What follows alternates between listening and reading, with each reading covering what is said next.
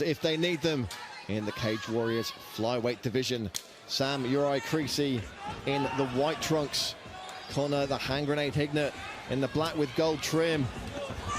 Immediately clinched up, and Creasey looking to fire those knees to the body. Look for Hignett to box in that range. A lot of action early. Creasey playing a little bit more open stance here.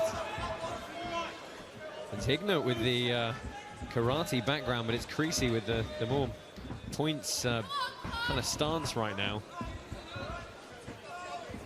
It could be that Hignett's going to look to punch his way in and use his more traditional boxing background against the taller, rangier fighter who's going to have more luck with the straight punches, you would think. Yeah, so Creasey staying on his toes, but they've tied up here. It's Creasey with the double unders and the head position to the temple, really driving forward with the forehead there.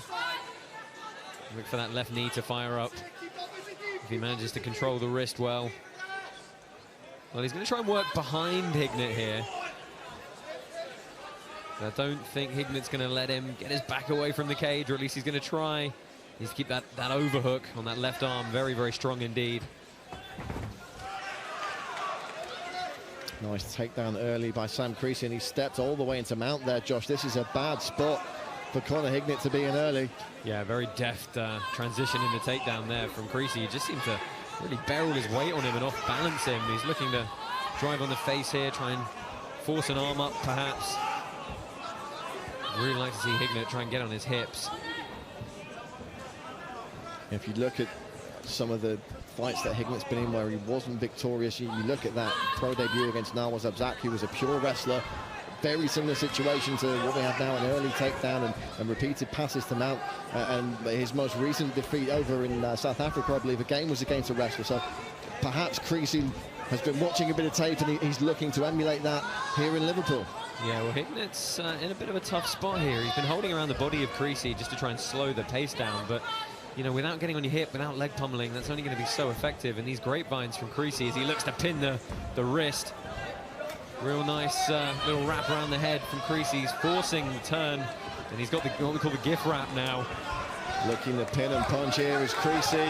It's a horrible position for Hignett. If Creasey can maintain a strong mount at the same time, you know, his face is open here. His only way to unwind this is to really give his back up.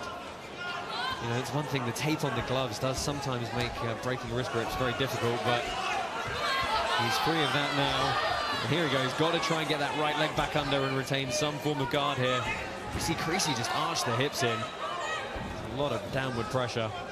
Creasey showing why his last fight was for the Cage Warriors world title, and I'm sure he wants his next one to be a similar story. I mean, this is very methodical ground and pound here. You know, he's not being overzealous. He's not trying to throw too wild. He's maintaining his position, most importantly, above all else, which is great. But he's keeping up the work rate with the short strikes to give Hignett a lot to think about.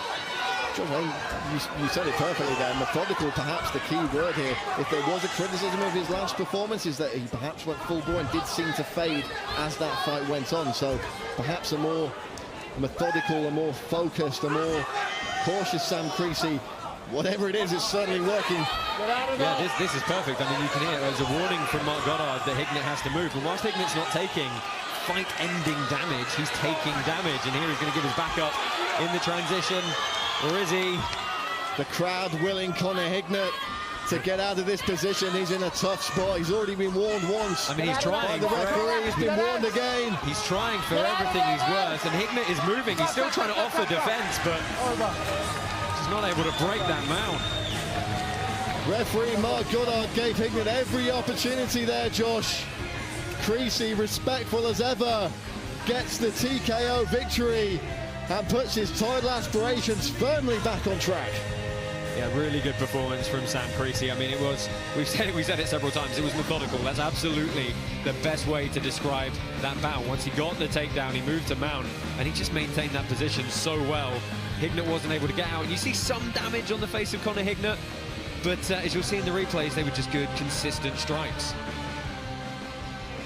Looking to score some points here was Creasey from his top position. As you say, Josh, got that gift wrap, making it very difficult for Hignett to survive in this position or get out of it without surrendering his back. And we know Creasey's quick to snap on a submission as well. Yeah, Creasey kept his hips so heavy. Anytime there was any transition, you see the hips come forward, the legs go back, and he drives all that weight down. Then when he wants to strike, the hips come forward a little bit, head comes up, creates the range, strikes, goes back down to the control point. You know, it was just really good mount, and at the end of the day, that's a horrible position to get stuck in as a fighter in that bottom position. Well, as far as our prelim cards go, it's Liverpool 1, rest of the world 2. Sam Creasey with the victory, and we'll throw it to Andy Friedlander in the cage to make it official. Mark Goddard stops the contest at 4 minutes and 3 seconds of round number 1, declaring the winner by TKO, Sam Creasey. Sam Creasey, the former Cage Warriors World Flyweight